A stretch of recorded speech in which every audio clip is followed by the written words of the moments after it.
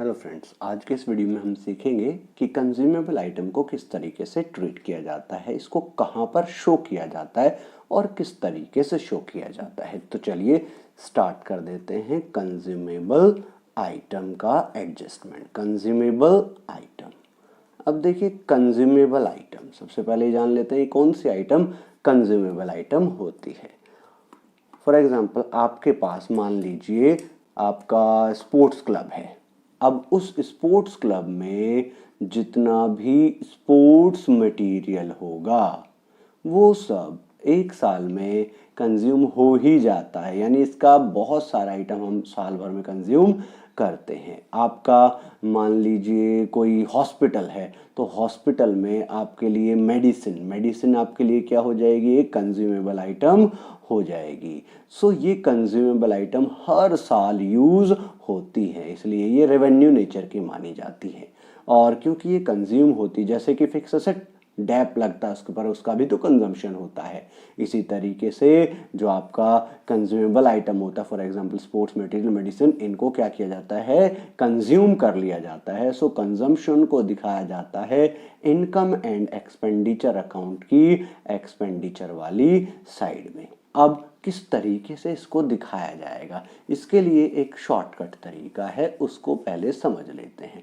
देखिए हम हमेशा क्या बनाया करते हैं, इनकम एंड एक्सपेंडिचर अकाउंट बनाते हैं। अब इस इनकम एंड एक्सपेंडिचर में ये कौन सी साइड में आना चाहिए, एक्सपेंडिचर साइड में। तो हम क्या करेंगे, इस एक्सपेंडिचर साइड में लिखेंगे, फॉर एग्जांपल हम मेडिसिन की बात कर रहे हैं तो हम यहाँ क्या लिखेंगे, टू मेडिसिन कंज्यूम्ड।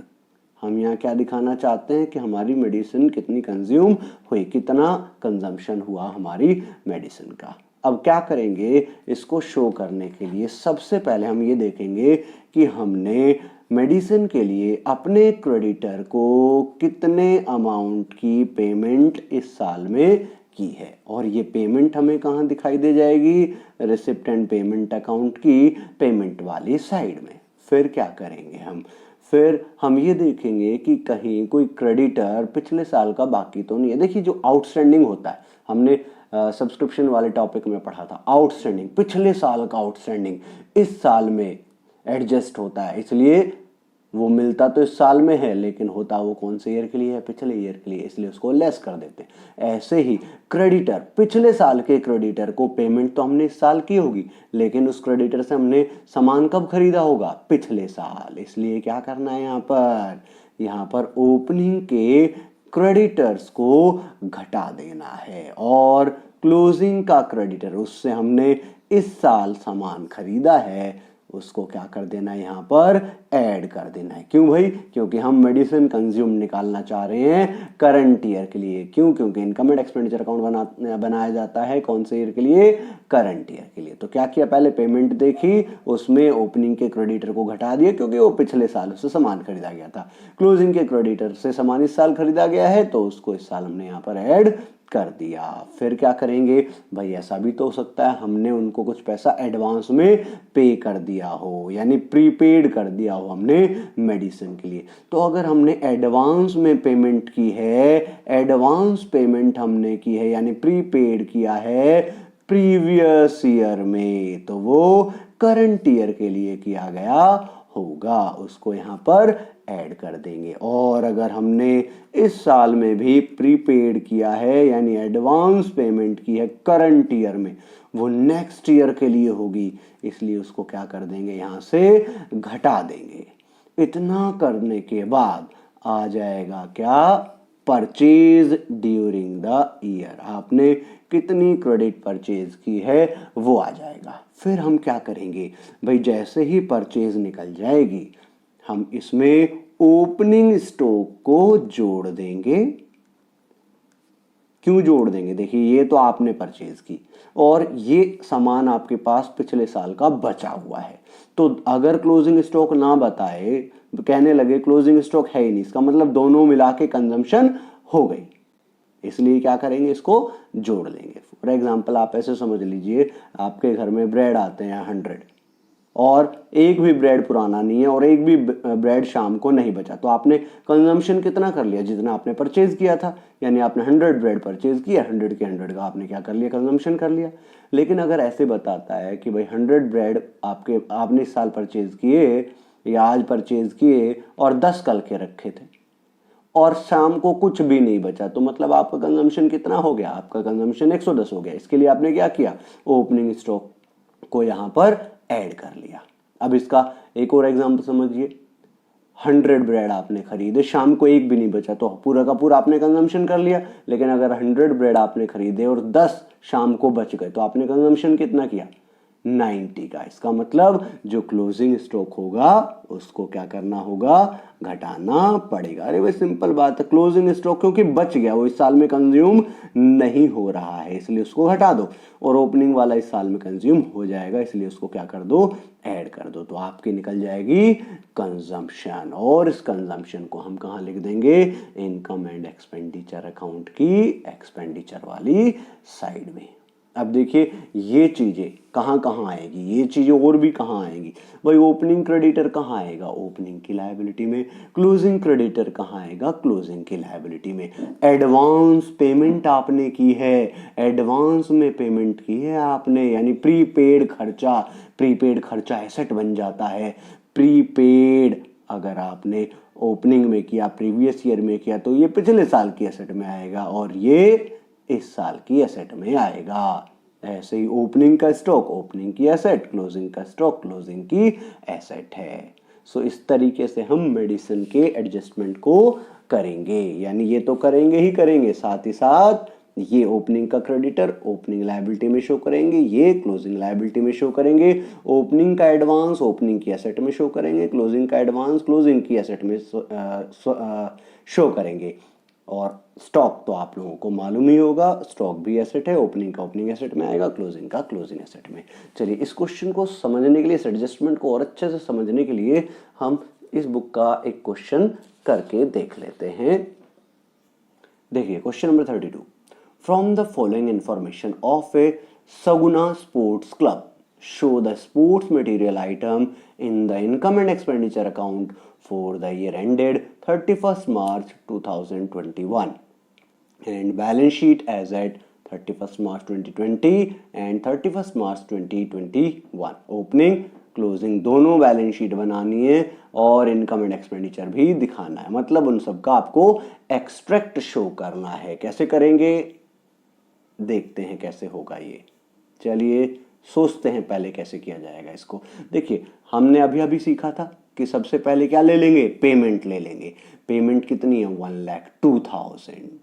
फिर ये है opening stock closing stock, creditor है ओपनिंग का और क्लोजिंग का, एडवांस भी है ओपनिंग का और क्लोजिंग का। हमने किस तरीके से किया था, अभी किस तरीके से सीखा था, इस तरीके से सीखा था। तो ऐसे ही करना है। चलिए सॉल्व करते हैं इसको। देखिए पेमेंट दी हुई है हमें 1,02,000, फिर स्टॉक है ओपनिंग क्लोजिंग का, क्रेडिटर है ओपनिंग क्लोजिंग का, एडवांस है। चलिए कहाँ लिखेंगे इसको, एक्सपेंडिचर वाली साइड में। क्या लिखेंगे, किस चीज का है ये है हमारे पास sports material. So to sports material consumed हम निकालना चाहते हैं। क्या करेंगे इसके लिए, सबसे पहले ले लेंगे पेमेंट आपने कितनी की है। तो पेमेंट हमने की है 1,02,000, लिख लेते हैं 1,02,000। अब क्या करना है, यहां पर ओपनिंग का क्रेडिटर घटा देना है क्योंकि पिछले साल का था, और ऐड कर देंगे क्या, क्लोजिंग का क्रेडिटर। ओपनिंग का क्रेडिटर हमें दिखाई दे रहा है, ओपनिंग का क्रेडिटर है 9,800, इसको लेस करेंगे। क्लोजिंग का है कितना, 7,200, इसको ऐड करेंगे। अब एडवांस देखते हैं, ओपनिंग का एडवांस। ओपनिंग का एडवांस क्योंकि करंट ईयर के लिए है, इसलिए क्या करेंगे, उसको ऐड कर देंगे। ओपनिंग का एडवांस हमें दिखाई दे रहा है 11,000 है, और क्लोजिंग का एडवांस क्योंकि नेक्स्ट ईयर के लिए है, इसलिए उसको क्या कर देंगे, लेस कर देंगे। वो कितना है जी, वो है जी 19,000। ओपनिंग का ऐड करना है और क्लोजिंग का लेस करना है। इतना करने के बाद आ जाएगी क्या, परचेज। परचेज हमारी आ गई निकल करके, ये सब कैलकुलेट कर लेंगे तो परचेज आ रही है 91,400। अब क्या करना है, इसमें ऐड करना है ओपनिंग स्टॉक और लेस करना है क्या, क्लोजिंग स्टॉक। चलिए जी, ओपनिंग स्टॉक हमारा है 6,200 और क्लोजिंग स्टॉक हमारा है 4,800। तो ये सब कैलकुलेट जब हम कर लेंगे, इसमें से ये घटा देंगे और इसमें ये जोड़ देंगे तो ये आ रहा है 92,800। चलिए जी, कंजम्पशन तो हमारी निकल गई। अब कौन कौन सा आइटम कहाँ आएगा, देखिए बैलेंस शीट ये है क्लोजिंग की, ये है ओपनिंग की। ओपनिंग का क्रेडिटर कहाँ आएगा, creditor for sports material. Opening का कितना है 9,800। ऐसे ही क्लोजिंग का यहाँ आएगा creditor for sports material. Closing का हमारा क्रेडिटर कितना है, क्लोजिंग का हमारा क्रेडिटर है जी 7,200। ओके, फिर अब एडवांस यानी प्रीपेड किया आपने, advance for sports material. Sports material के लिए आपने एडवांस पेमेंट की, वो ओपनिंग में और क्लोजिंग में दोनों में एसेट में आएगा, भाई प्रीपेड हो गया ना। एडवांस फॉर स्पोर्ट्स मटेरियल, तो ओपनिंग का हमारा है जी 11,000 और क्लोजिंग का हमें दिखाई दिया था कितना था 19,000। ऐसे ही ओपनिंग का stock for sports material, opening का ओपनिंग एसेट में आएगा और ओपनिंग का स्टॉक था हमारा 6,200 और क्लोजिंग का कहाँ आएगा, क्लोजिंग का क्लोजिंग में आ जाएगा stock for sports material. Closing का हमारा है जी 4,800। तो इस तरीके से इस क्वेश्चन को सॉल्व किया जाएगा। चलिए कुछ और क्वेश्चन देखते हैं और एक नया मेथड भी देखते हैं। इसको करने का एक शॉर्टकट तरीका और है, मतलब अल्टरनेटिव मेथड है, शॉर्टकट तो यही है। देखिए अल्टरनेटिव मेथड में हम क्रेडिटर फॉर कंज्यूमेबल आइटम बना लेते हैं, ये अकाउंट बना लेते हैं और इससे हमारी परचेज निकल जाते हैं, ये पर्टिकुलर और ये अमाउंट, फिर से पर्टिकुलर और अमाउंट। कैसे बनाते हैं इसको देख लेते हैं। इसका क्रेडिटर यहाँ आएगा बाय बैलेंस बीडी, यानी यहाँ क्या आएगा ओपनिंग का क्रेडिटर। तो फिर क्लोजिंग का क्रेडिटर कहाँ आना चाहिए, इस साइड में टू बैलेंस सीडी। क्या आएगा यहाँ पर क्लोजिंग का क्रेडिटर।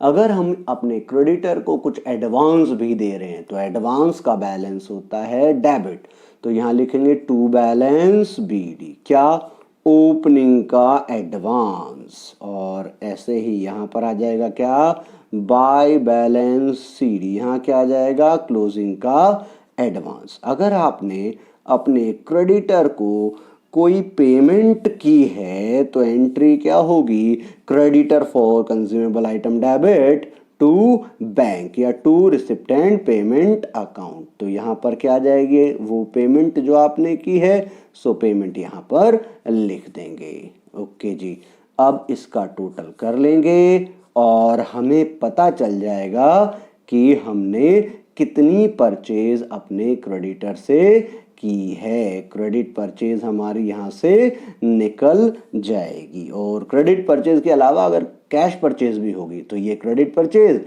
प्लस कैश परचेज दोनों को जोड़ के परचेज आ जाएगी और परचेज आने के बाद फिर वही ओपनिंग स्टॉक को ऐड कर देंगे और क्लोजिंग स्टॉक को लेस कर देंगे और कंजम्पशन निकल आएगा। चलिए देखते हैं इसी तरीके से क्वेश्चन को करके।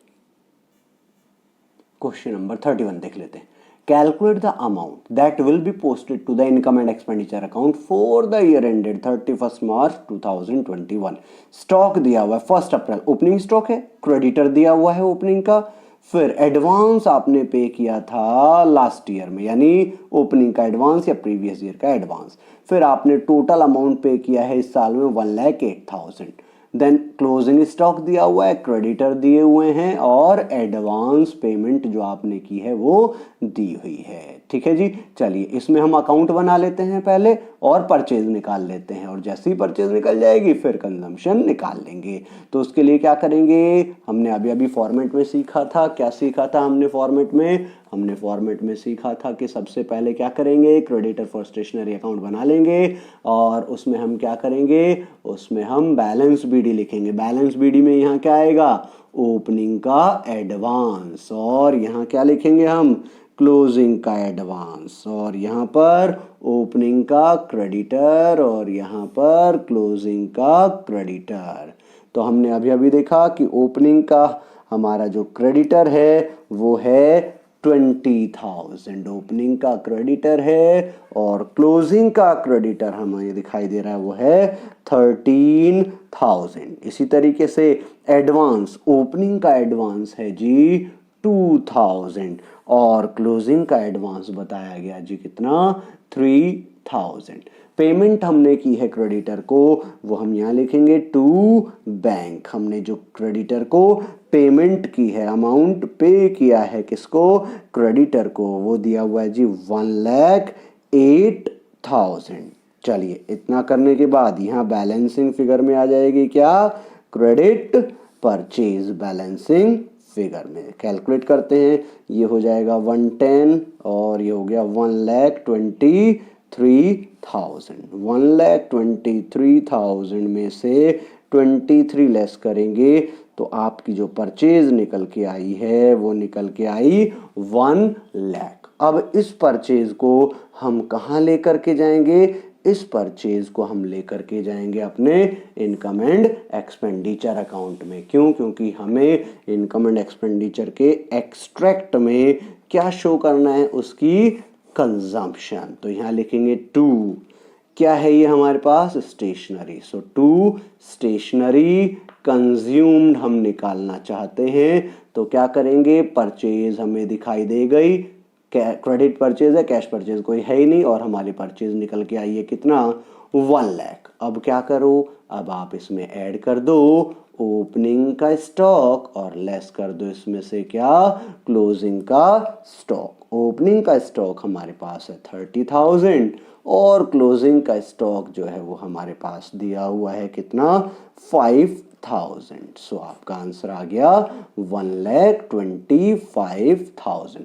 दोनों ही मेथड आसान है, आप किसी भी मेथड से इसको कर सकते हैं। चलिए इसी के कुछ और क्वेश्चंस भी करते हैं। चलिए इस क्वेश्चन को देखते हैं। From the following information, calculate the amount of sports material to be debited to income and expenditure account of a sports club for the year ending 31st March 2019. Stock of sports material, opening का stock है 10,000, फिर कहता है stock closing का दिया हुआ है 7,500, फिर आगे कहता है creditor for sports material, opening के क्रेडिटर दिए हुए 20,000, फिर क्रेडिटर दिए हुए हैं क्लोजिंग के 22,500। आगे कहता है पेमेंट कर दी हमने क्रेडिटर को स्पोर्ट्स मटेरियल के लिए कितनी, 1 लाख। और हमसे क्या कहा जा रहा है कि भाई आप बताओ कि कितना इनकम एंड एक्सपेंडिचर में डेबिट होगा, मतलब कितनी कंजम्पशन हुई है ये पूछा जा रहा है। और ये आया कहाँ है, देखिए CBSE 2020 कंपार्टमेंट के एग्जाम में। तो कैसे करेंगे इस क्वेश्चन को, शॉर्टकट तरीके से ही करेंगे, ठीक है, क्योंकि इसमें मेथड तो लिखा नहीं है कि आप क्रेडिटर का अकाउंट ही बनाओ या नॉर्मली कर लो, तो हम नॉर्मल तरीके से इसको करते हैं। चलिए क्वेश्चन हमने देख लिया कि पेमेंट है 1 लाख की, ये क्रेडिटर ओपनिंग क्लोजिंग के, ये स्टॉक ओपनिंग का और क्लोजिंग का। चलिए डायरेक्टली करते हैं इसको, यहाँ दिखाएंगे किस चीज़ का है ये कंजम्पशन जो हमें निकालना है, ये है जी हमारा स्पोर्ट्स मटेरियल का। सो टू स्पोर्ट्स मटेरियल कंज्यूम्ड हम शो करना चाहते हैं।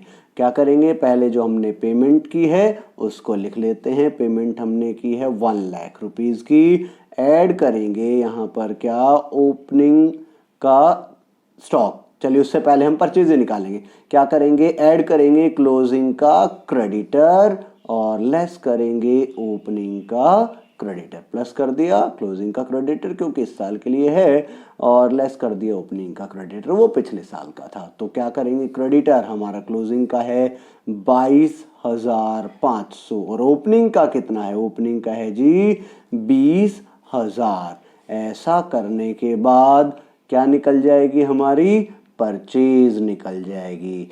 चलिए परचेज कितनी आ रही है, परचेज कैलकुलेट करेंगे तो आ जाएगी 1,02,000 2500, ये आ गई हमारी परचेज, क्रेडिट परचेज। अब क्या करेंगे, इसमें ऐड कर देंगे ओपनिंग का स्टॉक और लेस कर देंगे क्लोजिंग का स्टॉक। ओपनिंग का स्टॉक हमारा है 10,000 और क्लोजिंग का स्टॉक हमारा है कितना, 7,500।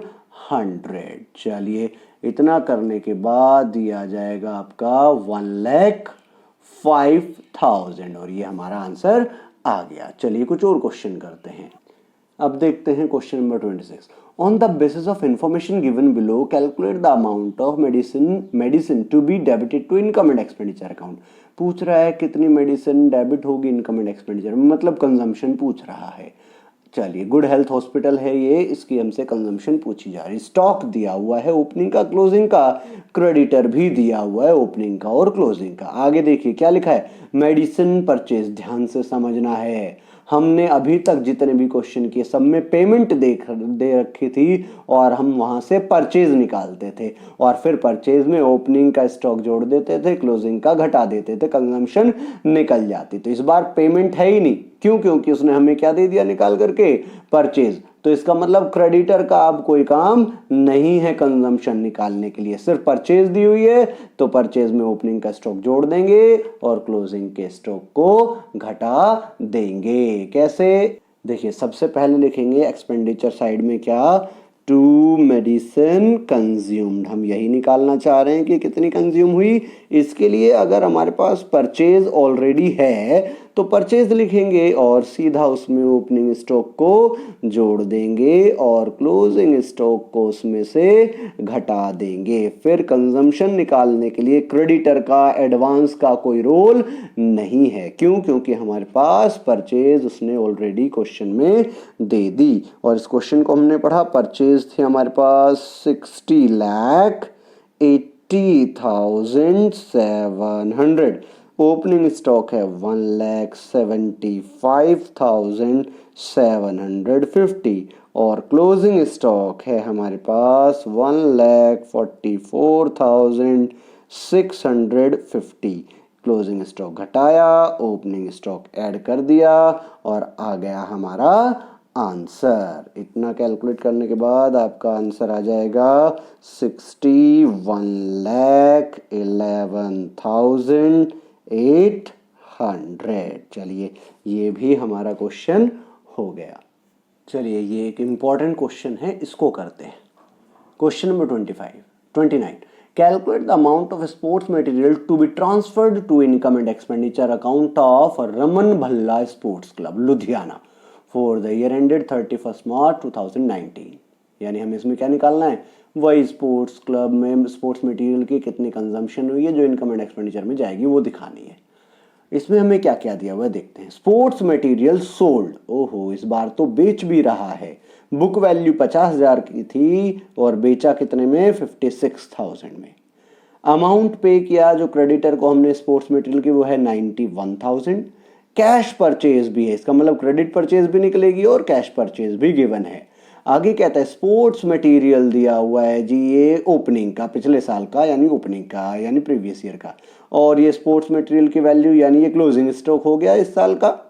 आगे कहता है क्रेडिटर ओपनिंग का और ये क्रेडिटर क्लोजिंग का। अब इस क्वेश्चन को कैसे किया जाएगा, तो चलिए इसमें हम जो अकाउंट वाला मेथड हमने सीखा था, क्रेडिटर का अकाउंट बना लेते थे, इसमें हम दो अकाउंट बना लेंगे, एक क्रेडिटर का अकाउंट और एक इसके स्टॉक का अकाउंट। किस तरीके से देख लेते, देखिए जो भी इसकी डिटेल्स है हमने यहाँ पर लिख लिए। स्पोर्ट्स मटेरियल बेचा गया 56,000 में, इसकी बुक वैल्यू कितनी है 50,000।